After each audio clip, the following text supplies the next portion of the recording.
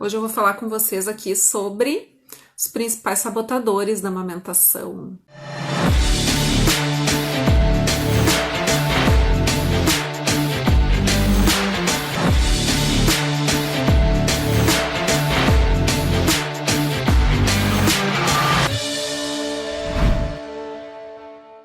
Gurias, eu tô montando o curso, né, como algumas já sabem, curso de amamentação para gestantes e mães. O módulo 1 vai abordar as questões, principalmente mais de técnicas básicas e de informações mais básicas que toda gestante e a mãe precisa saber, assim como todas as técnicas relacionadas a posicionamento, pega, sucção, sinais de fome e saciedade do bebê, quando que o bebê não tá mamando bem, enfim, vai ter um mundo aí de informação teórico-prática.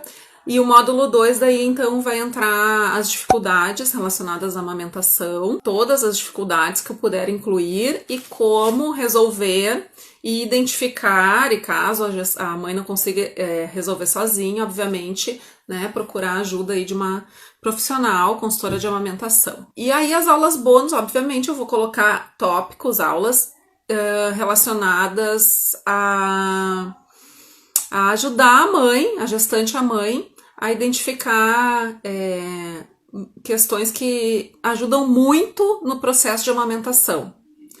Um deles é o sono do bebê, que está intimamente ligado com a amamentação. Então vai ser a Fábio que vai fazer essa aula bônus sobre o sono do bebê, com técnicas também, obviamente.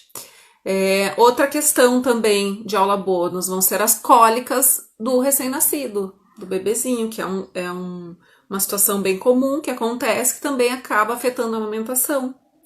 Aquele bebezinho que tem mais cólica, mais desconforto, acaba ficando muito mais tempo no peito, muitas vezes, para conforto, e a mãe fica bem confusa também em que momento que essa mamada ela já é de conforto, aquele bebezinho poderia estar sendo confortado também de outras formas que não só no peito, né? Então vai ter uma aula só sobre cólicas e manejo das cólicas. Tô botando também uma aula sobre como acalmar o bebê, que é importante, né? Todas as questões relacionadas que se relacionam também com a amamentação, com certeza terão, e que eu acho que são de extrema importância para ajudar a mãe, o pai, a família a lidar com esse bebezinho, que não seja só em si a amamentação, mas vários temas que se relacionam, também o choro do bebê, as necessidades desse bebezinho, que não é só peito e amamentação.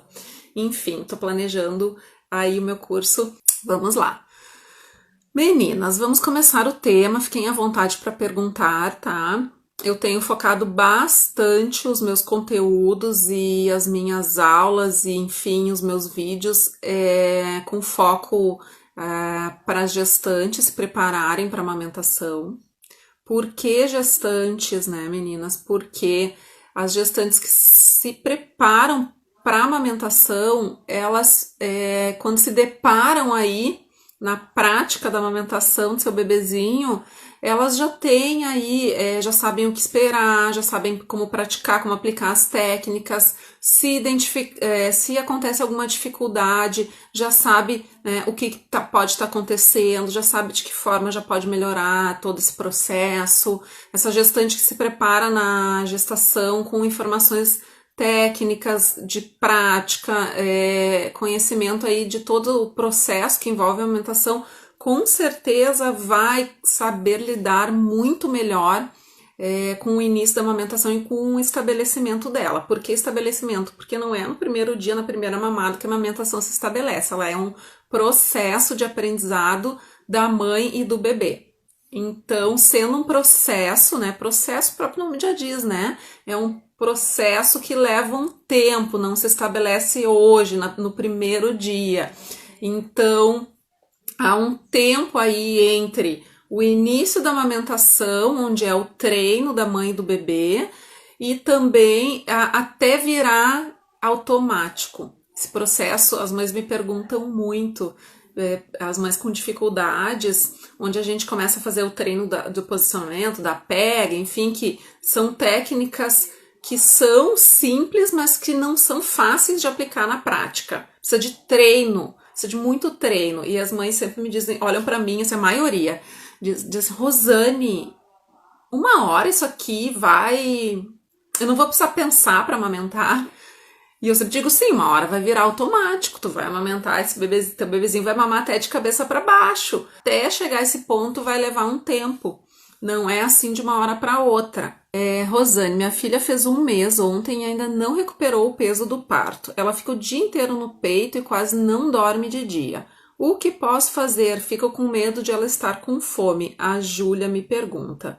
Bom, Júlia, ela tem 1 mês e ainda não recuperou o peso de nascimento. Vou te dizer, Júlia, com certeza tua bebezinha não está conseguindo fazer uma mamada onde ela esteja conseguindo extrair leite em quantidade suficiente, tá? Agora sim, o que tu pode fazer? Bom, a gente precisaria avaliar tudo.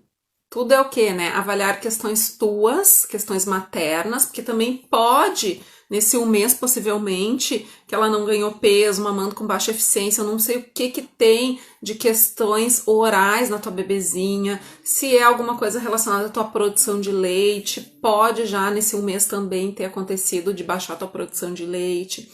Então, assim, o que que tu pode fazer em relação a isso? Bom, tu precisa urgentemente procurar a ajuda de uma profissional, consultora em amamentação, que consiga fazer uma avaliação bem completa da situação de vocês duas. Porque, de fato, uma bebezinha, tá? Com 1 mês, que ainda não recuperou o peso de nascimento, é uma bebezinha que não está conseguindo obter leite suficiente. A gente espera que o bebezinho, ele nasce com peso X, e de 3 a 5 dias ele perde em torno de 10% do seu peso de nascimento, e aí em até 15 dias esse bebezinho precisa ter recuperado esse percentual de perda de nascimento. Então a gente espera que em 15 dias o bebezinho recupere. Se o bebê não recuperou em 15 dias, a gente avalia o que pode estar acontecendo. Tem questões maternas, questões do bebê e questões da dupla. Tá? Então, Júlia, eu te sugiro, não sei se tu já procurou ajuda, que tu procure ajuda porque, de fato, ela fica o dia inteiro no peito e quase não dorme de dia.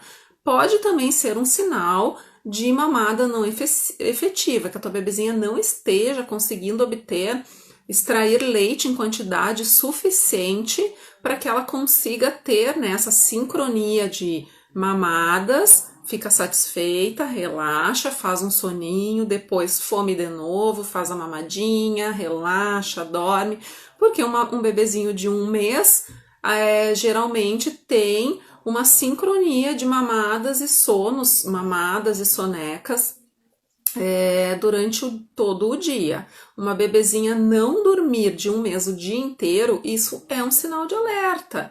E pode sim, como ela ainda não recuperou o peso de nascimento, possivelmente ela não está obtendo leite materno em quantidade suficiente, tá? Então tem que fazer toda uma avaliação, não é assim, o que tu pode fazer? Eu te sugiro, procure ajuda urgente de uma consultora em amamentação na tua cidade ou de forma online, para que tu tenha essa avaliação bem completa para identificar qual é a causa que de fato a tua bebezinha não está mamando leite em quantidade suficiente, ok, Júlia? Bom, vamos lá. Eu vou falar aqui, tá, meninas? Acreditar que a amamentação ela é instintiva é um dos principais sabotadores da amamentação.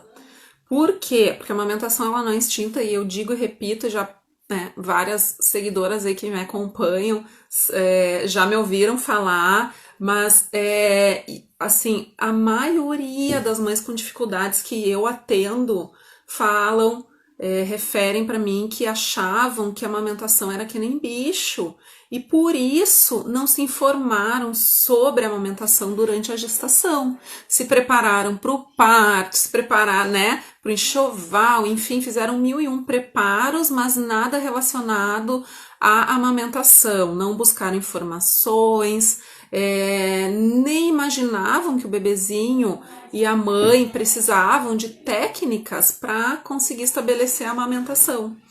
Então, acreditar que a amamentação é instinto e que o bebê vai nascer e tudo vai dar certo, que essa amamentação vai acontecer assim, que nem bicho, é um dos principais sabotadores. Por quê? Porque a amamentação sendo aprendizado da mãe e do bebê, existem várias técnicas que a gestante pode já aprender na gestação e depois, quando o bebezinho nascer, ela vai saber o que fazer e como fazer, tá? As técnicas mais básicas de amamentação, tá, meninas? Que eu sempre falo, que vocês vão ver, se vocês procurarem, vocês vão sempre ler e achar facilmente, é a questão do posicionamento, da pega do bebê e da sucção, tá? E essas técnicas, assim, elas não são fáceis de serem aplicadas na prática. E se a gestante, ela não sabe nem por onde começar, imagina na prática quando vem um bebezinho e ela tenta colocar ali, o bebezinho já não pega direito, ela já sente dor, o bebezinho já não mama com eficiência, a gestante tem mães que passam dias em dias com o bebezinho, amamentando o bebezinho achando que o bebezinho está mamando bem, com eficiência, e na verdade esse bebezinho está mamando muito mal. Existem sinais muito claros e visíveis de que o bebê não está mamando bem. A mama não é transparente, a boca do bebê não é transparente, o estômago do bebê não é transparente, a gente não sabe como, a mãe não sabe como medir isso, se o bebê está mamando com eficiência ou não. Mas a mãe sabendo como é a movimentação da sucção do bebê durante a mamada, como é que esse bebezinho utiliza essa estrutura oral, como é que funciona essa sucção e essa deglutição, ela prontamente nas primeiras mamadas, tendo já esse conhecimento prévio durante a gestação, vocês já vão saber como que está aquela forma de sugar do bebezinho de vocês. E não é difícil de olhar para aquele bebezinho mamando e perceber assim, bom, como é que tá a posição? Fazer um checklist, porque se eu sei como deve ser, quando eu for colocar meu bebezinho, eu já vou conseguir identificar se esse bebezinho tá bem posicionado ou não. Começa primeiro pela posição, porque depois da posição vem a pega. E eu só consigo uma pega boa se eu tenho um bebê bem posicionado. E se eu só consigo uma sucção boa se eu tenho uma pega boa, que é o que eu vejo por fora. E a sucção e deglutição, ela acontece, né, internamente, mas agrupamentos musculares e ósseos que eu consigo observar e que eu vejo como funciona essa sucção e essa deglutição do bebê. E eu preciso saber identificar já precocemente se esse meu bebezinho está fazendo essa movimentação correta. Porque se ele não estiver, a cada dia, a cada mamada que meu bebezinho suga sem eficiência, o que é sugar sem eficiência? Esse bebezinho que só tá, sugando e não está conseguindo fazer uma remoção desse leite, não está conseguindo obter um volume satisfatório. O bebezinho perde peso a cada dia ou deixa de ganhar. Tá? Então, são técnicas que vocês, gestantes, não sei quantas gestantes estão me acompanhando aqui, e mamães também que estão amamentando, que estão, né, com bebezinhos pequenos, enfim, eu tenho várias gestantes e mães com bebezinhos que me seguem, né? Então, se vocês se preparam durante a amamentação, se vocês sabem como é que precisa posicionar, como é que eu consigo obter uma pega perfeita, como é que eu consigo identificar que essa sucção é eficiente ou que essa sucção não é eficiente, o que eu preciso fazer para melhorar isso, obviamente vocês vão partir de um ponto muito mais favorável do que uma mãe que se depara com a amamentação, que se depara né, com esse processo que não é fácil o início e que não sabe nem por onde começar. Tá? Então, eu atendo aí milhares de mães com muitas dificuldades, tá? E geralmente as dificuldades já começam na técnica de posicionamento pega e sucção. E essa técnica incorreta leva a inúmeras outras dificuldades.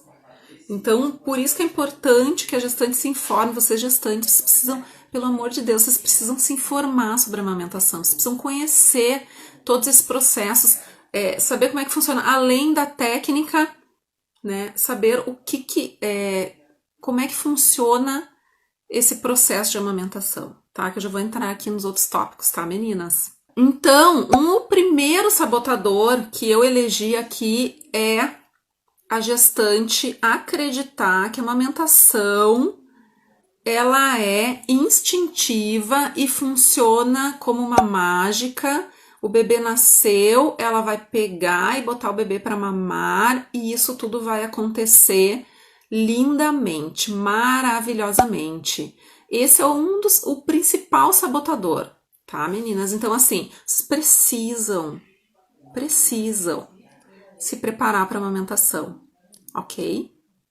Uma gestante melhor preparada, ela com certeza estará mais segura de iniciar a amamentação. Eu tenho recebido vários depoimentos das gestantes que acessaram o meu workshop, onde eu ensino as técnicas, algumas técnicas, né? Não ensino todas, porque é 1h30 de workshop, mas eu tenho recebido depoimentos maravilhosos de gestantes dizendo que, nossa, que elas jamais imaginavam que era tudo aquilo e que elas se sentiram, depois do workshop, muito mais preparadas e seguras em iniciar a amamentação, né? Então, é algo que não custa se preparar para isso, e eu falo aqui para as gestantes, e falo nas minhas redes para as gestantes que querem amamentar, né? Eu sempre pergunto nos meus workshops presenciais, onde eu faço há anos, e agora com a função do corona eu parei de fazer os workshops presenciais, a minha primeira pergunta geralmente é: gestantes, quem quer aqui amamentar? E todas levantam a mão. Todas, eu acredito que assim, 99%, eu não sei em termos percentuais, mas nos meus workshops todas as gestantes dizem que querer amamentar. Obviamente, vocês estão no workshop de amamentação porque querem, né? Eu não sei dizer esse percentual, mas eu acredito que a maioria das gestantes quer amamentar o seu bebezinho. Até porque hoje se sabe da importância da amamentação. Então, começa pelo querer. E entender que a amamentação é esse processo, que esse processo ele envolve muitas técnicas. Eu fui uma que fui amamentar o meu filho pela primeira vez e eu fui bem focada nas técnicas. E eu sempre oriento as mães que estão com dificuldades e que eu preciso ensinar as técnicas de amamentação. Eu sempre digo para as mães, eu preciso que tu veja esse processo como técnica, que tu enxergue um passo a passo, que tu aplique uma técnica, que tu não veja isso, que tu vá para Marte e fique, que tu não volta, né? A maioria das mães que estão em Marte não enxergam esse processo da amamentação como técnica, tá? Muito bem, deixa eu ver se tem questões aqui, perguntas. Tati Coelho, na teoria eu já sei tudo de amamentação, só por te seguir, vamos ver na prática. Bom, se na teoria, Tati, tu já sabe muito de amamentação, eu vou te dar a certeza que na prática tu vai conseguir aplicar. Pode não ser na primeira, mas tu vai chegar ali sabendo o que fazer, tá, Tati? Parabéns por estar te preparando. Deixa eu voltar aqui um pouquinho a mais. Rose, fisiologia da sucção e deglutição. É super importante entender esse processo e terá no meu curso, sim, a parte de fisiologia da sucção, né, da deglutição, como que funciona, fisiologia, vou entrar aqui então, tá? Vou entrar nos dois, senão eu já vou estar pulando aqui meus tópicos, tá? Entender o que está acontecendo dentro da boca do bebê é fundamental, e não é porque tu é gestante e mãe que tu não precisa saber disso, bem pelo contrário, é essencial que a gestante, a mãe, saiba o que está acontecendo, como é que o bebezinho está sugando, porque tem bebê que passa o dia inteiro fazendo sucção não nutritiva, removendo quase nada de leite e acredita que o bebê está sugando muito bem, né? Sim, é uma sucção ineficiente, é uma sucção, é uma forma de sugar, mas não é uma forma de obter leite de forma satisfatória, tá? Muito bem. Eu não sei se tinha outras perguntas mais para cima. Tati, quando não resolve suspeita de cândida mamária com remédios, só arde na pega inicial, durante não dói. Se durante não dói, nem nos intervalos, possivelmente, Tati, não é cândida mamária, tá? Porque geralmente sintomas de candidíase mamária, meninas, que são fungo nos mamilos, sim, também eu vou colocar no meu curso sobre candidíase mamária, porque é uma dificuldade da amamentação e que acontece, tá? Os sintomas da candidíase mamária geralmente são muito ardência, agulhadas, no início, durante e nos intervalos das mamadas. O mamilo fica bem rosado, a pele fica descamando, tá? Então, se só arde na pega inicial, então possivelmente não é cândida mamária, tem algo aí relacionado talvez até à cavidade oral do teu bebezinho, Tati, alguma questão oral, né, alguma alteração anatômica oral ou alguma disfunção oral, ou mesmo muitas das situações onde a dor é no início da mamada, é na pega inicial, pode estar acontecendo o quê? O bebezinho ele pode estar mal posicionado no início da mamada, antes de fazer a pega, e quando vai fazer a pega, esse bebezinho não abre a boquinha, não tem um bom reflexo de abertura da boquinha. A mãe bota, aproxima e o bebê pega de qualquer jeito. Até ele conseguir avançar para a areola, tracionar o mamilo lá pro fundão do palato, né, pro palato mole lá no fundão, é dolorido. Aí quando a mãe faz, depois que o bebê engata, ajusta a posição, o bebê consegue ajustar a pega, aí não dói mais, tá? Então a gente consegue arrumar a dor do início da mamada, aquela mais inicial, ajustando o posicionamento, estimulando o reflexo de abertura da boquinha do bebê e pegando, ajudando o bebê a fazer a pega no momento certo. Ainda tem isso, parece que é uma pescaria, o bebê precisa abrir a boca, ter um bom reflexo e a mãe precisa também saber o momento ideal de ajudar o bebê a fazer essa pega, tá, Tati? Não sei se tu já foi avaliada se já teve avaliação por médico, se realmente é cândida mamária, tá?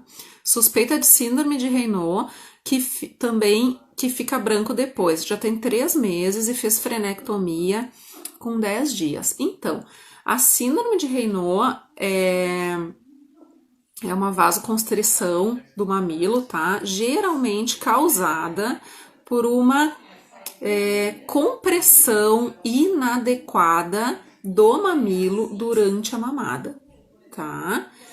Não sei se teu mamilo sai esmagado, Tati, tá? Geralmente a síndrome de Raynaud, ela não é isolada, ela não é simplesmente uma síndrome isolada, ela vem em decorrência de alguma questão oral. E o teu bebê, ele fez frenectomia com 10 dias, então ele teve alteração do freio lingual curto. Então, possivelmente, ele pode ainda ter alguma alteração, alguma disfunção na sucção, tá? E por conta disso, ele te machuca no início da mamada, faz alguma compressão inadequada do teu mamilo e aí causa vasoconstrição, que é a síndrome de Raynaud, tá? E eu te indicaria, eu não sei se tu já procurou ajuda, já fez algo relacionado à osteopatia com teu bebezinho, né? Também se tu teve avaliação de uma consultora de amamentação para fazer uma avaliação completa desse manejo da amamentação, tá, Tati? E também aí, dependendo do diagnóstico da consultora de amamentação, aí a consultora vai fazer um encaminhamento se é para fono, se é para osteopatia, tá? Então, deve ter algo aí que esteja causando esse quadro que tu tem sentido, tá? A síndrome de Raynaud é bem dolorido, o mamilo fica branco, o bebê larga a mama, o mamilo fica todo branco, fica sem sangue, sem irrigação sanguínea, é um fenômeno que é bem dolorido, e aí dá um tempinho, o sangue volta naquela região, o mamilo fica rosadinho de novo, mas durante esse período que o sangue some do mamilo, é uma situação muito dolorida. Geralmente, aquecer o mamilo, botar uma compressinha quente, tá, Tati? Ajuda o sangue a voltar mais rápido, tá? Mas tem que descobrir por que tu tá tendo isso. E geralmente a osteopatia ajuda bastante essas questões, principalmente bebês com alterações de freios orais. Esses bebês geralmente têm a necessidade de passar por sessão de osteopatia. Eu falei sobre o primeiro sabotador, eu vou falar sobre o segundo, tá? Que são expectativas irreais em relação à amamentação, principalmente em relação ao padrão de frequência de mamadas do bebê, tá? Tanto frequência de mamadas, quanto tempo de mamadas, quanto intervalos de mamadas, tá? E geralmente a gestante, a mãe, principalmente a gestante, idealiza, tem expectativa de que a amamentação será a cada 3 horas, que o bebezinho só sente fome a cada 3 horas, né? E que, na verdade, um bebezinho recém-nascido, principalmente nos 3 primeiros meses, ele tem uma frequência de mamadas maior do que um intervalo de 3 em 3 horas, tá? E aí, o que acontece? Essa mãe se depara com um bebezinho recém-nascido que mama com mais frequência do que 3 horas. Tem bebês que mamam de hora em hora. Tem bebês que, por exemplo, no turno da manhã são mais sonolentos, o intervalo é maior, de tarde é mais seguido, de noite é menos, tá? Tem bebês que são bebês de livro, que mamam só de 3 em 3 horas. Tem bebês que mamam, levam um tempo de mamada maior do que meia hora, né? Porque geralmente a gestante cria essa expectativa, isso é muito cultural, de que o bebezinho vai mamar a cada 3 horas, vai mamar 15 minutos em cada seio e tchau. E aí, quando se depara com essa realidade e entende que esse processo não é bem assim, ele é muito mais cansativo do que parece.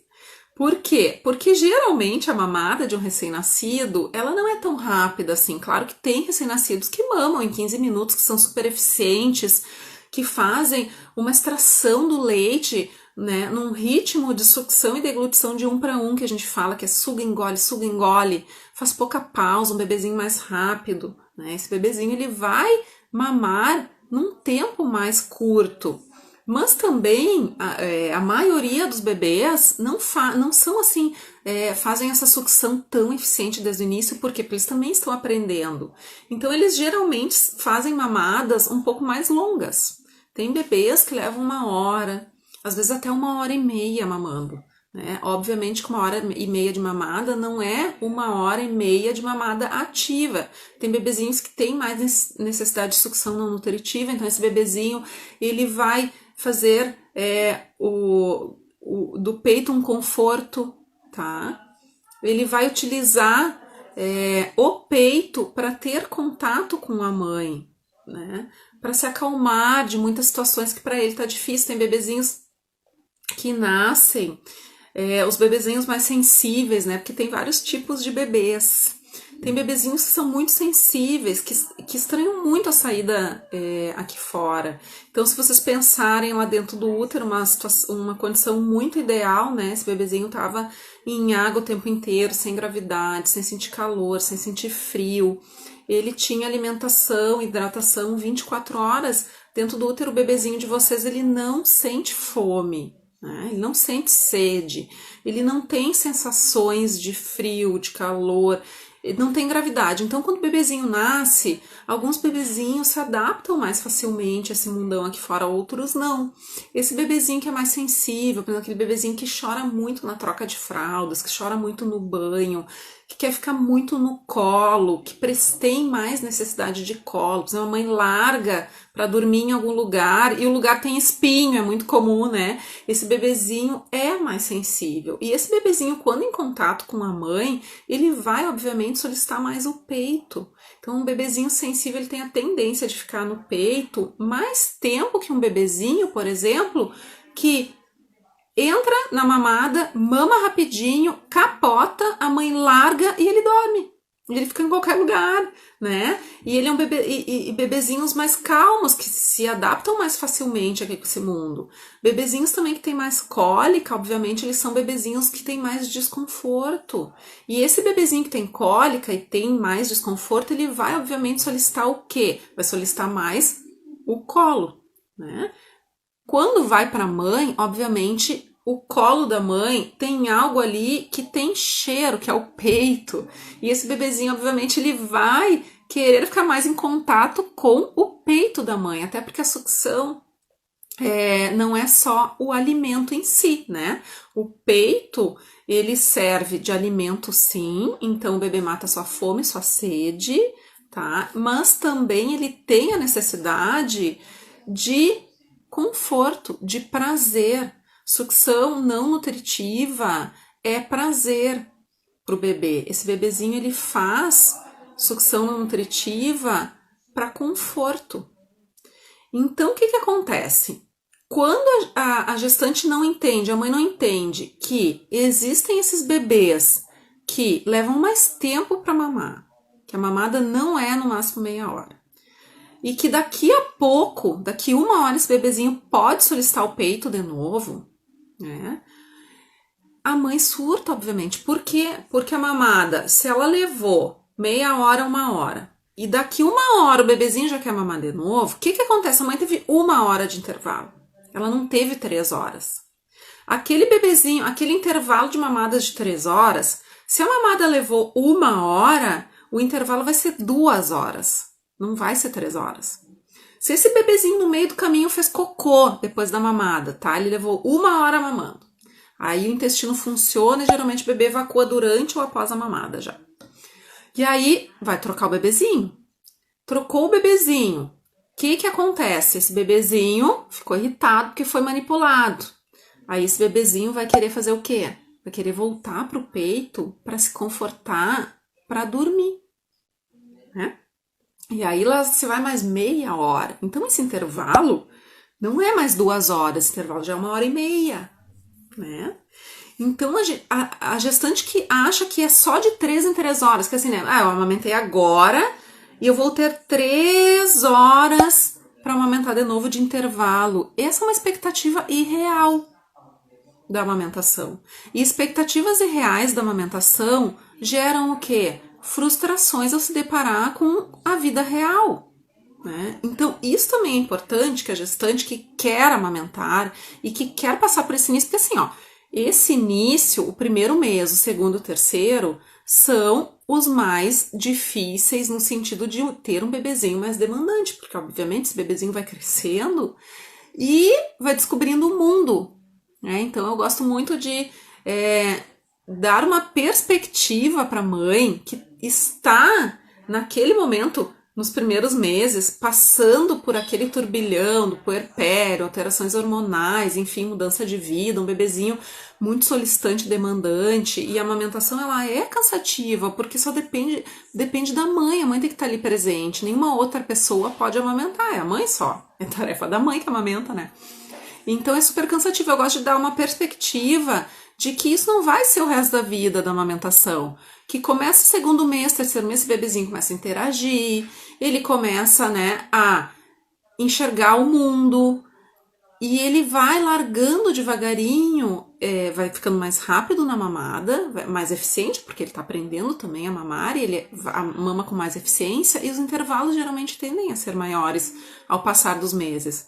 Mas no primeiro, no segundo mês, principalmente no primeiro, esse bebezinho geralmente vai demandar muito da mãe. E é aquela gestante que tem essa crença limitante de que vai só amamentar agora e daqui 3 horas. E quando se depara com a vida real da amamentação, que muitas vezes é de hora em hora, e às vezes o bebezinho largou agora, deu meia hora, deu algum problema, tá pedindo peito, eu recém amamentei faz meia hora e tem que dar o peito de novo, essa mãe obviamente vai surtar. Uma mãe preparada do que pode vir e de que, né, bom, eu sei que eu vou daqui a pouco ter que amamentar de hora em hora, vai chegar, vai se deparar ali e já preparada, né? Porque assim, o que acontece com o sono, né? É muito comum acontecer isso. Poxa, Rosane, as mães, os pais, né? Olha, a gente estava preparado para não dormir de noite. Por quê? Porque todo mundo fala assim, quando o casal tá gestante, grávida, aproveita para dormir. É assim, né? As gestantes, né? Os casais ouvem de todos os lados. Aproveita para dormir agora na gestação, porque quando o bebê nascer, vocês não vão dormir. É isso que acontece, né? E aí o que acontece? Já fica aquele casal na expectativa que não vai dormir 8 horas direto, né? Então o que acontece? Os casais dizem, ô Rosane, a gente já esperava que o bebezinho ia acordar e tal, né? Mas a gente não esperava que a amamentação seria tão difícil, por exemplo, tá? Então, saber com o que tu vai te deparar, com o que tu pode te deparar em relação à rotina de mamadas, intervalos de mamadas, frequência de mamadas, é super importante. Porque quando tu te depara com isso no pós-parto e tu já sabia que isso poderia acontecer, bom, daí tu já fica, né, mais leve. Tu vai tentar achar meios de descansar nos intervalos, dormir quando o bebê dorme, solicitar uma rede de apoio, né? Tu já vai te preparar psicologicamente também, preparo psicológico é importante para isso, né? Então essa também é uma crença limitante de que bebezinho mama de 3 horas e é um grande sabotador. Por quê? Porque daí o que acontece? Eu me deparo com um bebezinho que mama de hora em hora. Qual é a primeira coisa que a mãe pensa? Eu acho que meu leite não é suficiente. Ou eu acho que meu leite é fraco, né? Ou eu vou dar uma mamadeira para o meu bebê dormir mais, para dormir 3 horas. E muitas mães que dão mamadeira para o bebê dormir mais, ele não dorme mais. É bem comum acontecer isso. E aí começa já um grande problema, porque vocês sabem que a introdução precoce de mamadeiras pode, de fato, interferir na questão da amamentação, da sucção do bebê. O bebê faz confusão de sucção, confusão de fluxo, porque na mamadeira é diferente, é mais fácil para o bebê.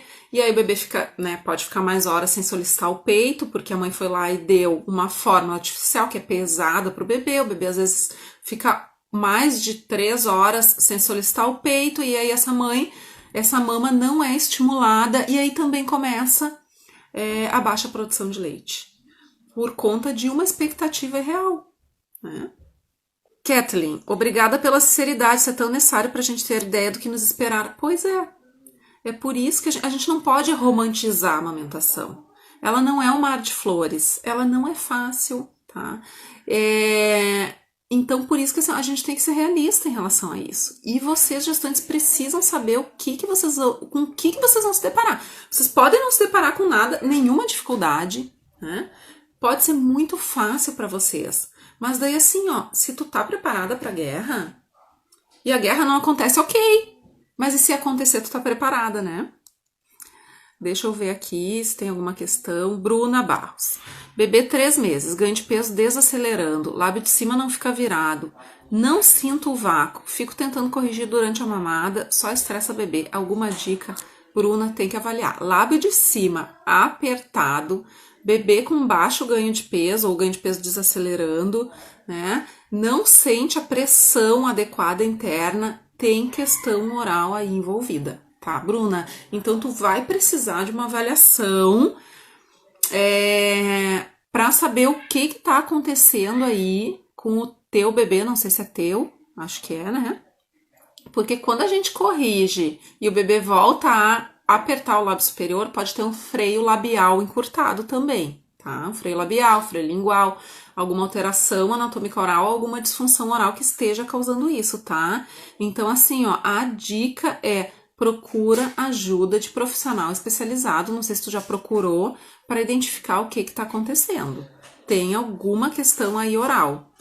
Alessandra, o bebê mama bastante e golfar, regurgita, é normal e logo depois pede novamente. Sim, Alessandra, é normal. O bebê mama bastante, tá? E regurgitar com frequência. O bebezinho até o 3º mês, ele tem um refluxo fisiológico. O esfíncter esofagiano lá que fecha o estômago, ele não é maduro, tá? Então pode acontecer de bebê mamar e depois da mamada voltar um pouquinho de leite, é normal, tá? E logo em seguida, se ele pedir de novo, não tem problema, pode dar de novo, tá?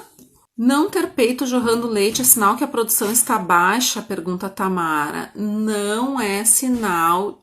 Aí eu ia falar, aqui eu já vou entrar, tá? Sobre um outro sabotador da amamentação, tá? Que é a gestante, a mãe, não conhecer como funciona o seu corpo em relação à produção e ejeção do leite. A gestante, a mãe que não conhece a fisiologia da lactação, ela geralmente vai se esbarrar nestas questões de insegurança em relação à sua produção e seu fluxo de leite. Então é super importante que a gestante e a mãe entendam como que funciona o processo de produção e ejeção do leite, fisiologia da lactação. Não é porque eu sou profissional que eu estudei amamentação e que somente eu, Rosane, ou as profissionais que trabalham com amamentação, são as que precisam saber de fisiologia. Bem pelo contrário, nos meus atendimentos, todas as mães e gestantes que eu atendo, eu explico como que funciona esse processo. Porque se vocês não sabem como funciona o corpo de vocês vão ficar extremamente inseguras. E o que vai acontecer? Não ter peito jorrando leite é sinal que a produção está baixa? Por exemplo, não ter peito jorrando leite significa o quê? Que a maior parte da produção de leite acontece na hora da mamada, tá? Então, o que acontece? A gente tem glândulas que produzem leite, por quê? Porque vem um bebezinho e suga aquela mama e extrai, remove o leite que está sendo produzido dentro da glândula. Quando acontece essa remoção, a glândula rapidamente entende que precisa produzir mais. E são todos sinalizadores hormonais, tá? São questões hormonais envolvidas na produção de leite. Mas eu só produzo leite porque tem alguém removendo o meu leite que está sendo produzido, ok? Então, o que acontece? Se eu deixo a mama muitas horas sem um bebê remover aquele leite, o que vai acontecer? A minha glândula, ela produz leite 24 horas por dia, ela é fábrica, tá? Aí, o que acontece? Existe uma crença das mães, das gestantes das mães, que é extremamente limitante, tá? Que é um sabotador da amamentação. Que é acreditar que a mama precisa encher de leite no intervalo que aquele bebê não tá mamando. Então, ela precisa primeiro produzir e ficar enchendo. Quando ela tá bem cheia, aí o bebê vem e mama e esvazia totalmente. Ela fica sem nada. Pensa aqui comigo, né? Essa garrafa de água, né?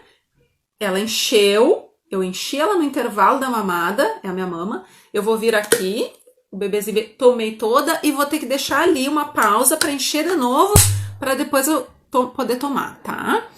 É isso que as mães acreditam, que a mama enche no intervalo, chega o bebê esvazia, e aí tem que dar intervalo de 3 horas para ela encher de novo, tá? O que acontece? Toda vez que a minha mama fica enchendo e eu deixo ela bem cheia de leite, as mães amam sentir a mama cheia de leite, né? Porque, ai, tá cheia. O que acontece internamente, tá? Quando a minha glândula fica cheia de leite, ela mesma libera, produz uma proteína chamada, né, a sigla é FIL, tá? Que é um fator inibitório da lactação. É uma proteína, um peptídeo, que a própria glândula libera localmente, sinalizando o quê? Tá cheia de leite, colegas, glândulas, que eu não preciso produzir mais leite. Sabe o que acontece? Essa proteína que a glândula libera, chamada FIL, no local ali na glândula, ela para imediatamente de produzir leite.